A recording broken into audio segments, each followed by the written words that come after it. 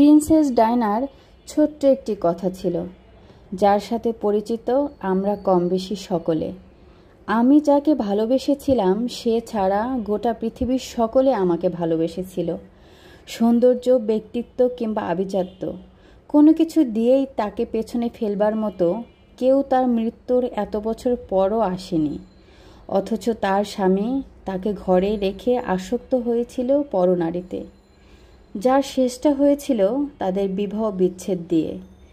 তোমরা অনেকেই বলো না, নারী গুছিয়ে না চললে, নিজেকে সাজিয়ে না রাখলে পুরুষ হাতছাড়া হয়ে যায়। আসলে এটা পুরোপুরি মিথ্যে, বুঝলে?